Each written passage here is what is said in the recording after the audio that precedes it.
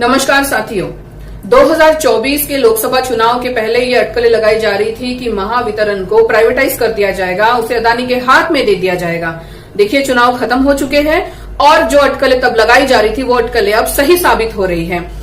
आज हम लोग देख रहे हैं कि पूरे महाराष्ट्र लेवल पे प्रीपेड मीटर्स के अगेंस्ट में प्रोटेस्ट चल रहा है। साथियों, सिर्फ ये महावितरण के अगेंस्ट में ही नहीं चल रहा है, गुजरात में भी, गुजरात के वडोदरा में जब प्रीपेड मीटर्स लगाए गए, 25,000 घरों में ये मीटर्स लगाए गए, तो वहां के जो पॉश कॉलोनीज के लोग हैं उन्होंने भी इसका विरोध किया।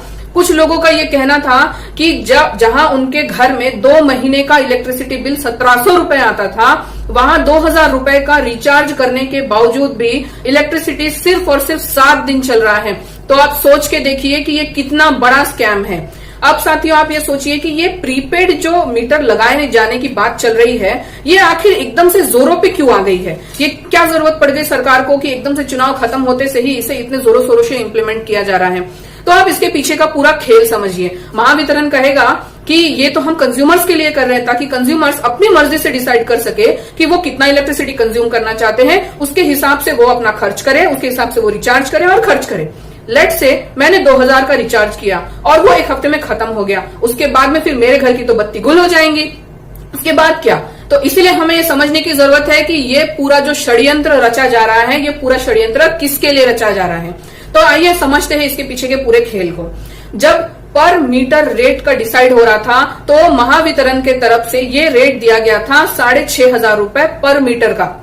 लेकिन जब सप्लायर्स से इसके बारे में चर्चा की गई तो सप्लायर्स ने कहा कि जी नहीं, हम तो इसका रेट 12,000 बोलेंगे। और अगर मैं आपको अप्रोक्सीमेट नहीं, एब्सोल्यूट अगर रेट बताऊं तो वो रेट जो सप्लायर्स ने कोट किया था वो था 11,987 रुपीज पर मीटर का। अब आप सोचिए कि ये कोट किसने किया है? सप्लायर्स ने। अब ये सप्लायर्स है कौन, ये भी जान लीजिए। ये सप्लायर्स है Adani power, genus company, NCC company और तो और मोंटे कार्लो, जिसमें से एनसीसी कंपनी कंस्ट्रक्शन कंपनी है और मोंटे कार्लो ये टेक्सटाइल बिजनेस में, उनके ब्रांड को हम सब जानते हैं। अब बात आती है कि ऐसे कंपनीज जिनका कोई एक्सपर्टीज नहीं है, उन्हें ये क्यों दिया जा रहा है? तो समझ लीजिए साथियों कि जीनस कंपनी जो है उन्होंने बीजेपी को इलेक्टोरल बॉन्ड के तौर पे 25 करोड़ रुपए दिए। और वही अगर हम एनसीसी कंपनी की बात करें जो कि एक कंस्ट्रक्शन कंपनी है, उन्होंने बीजेपी को 60 करोड़ रुपए दिए इलेक्टोरल बॉन्ड के तौर पे।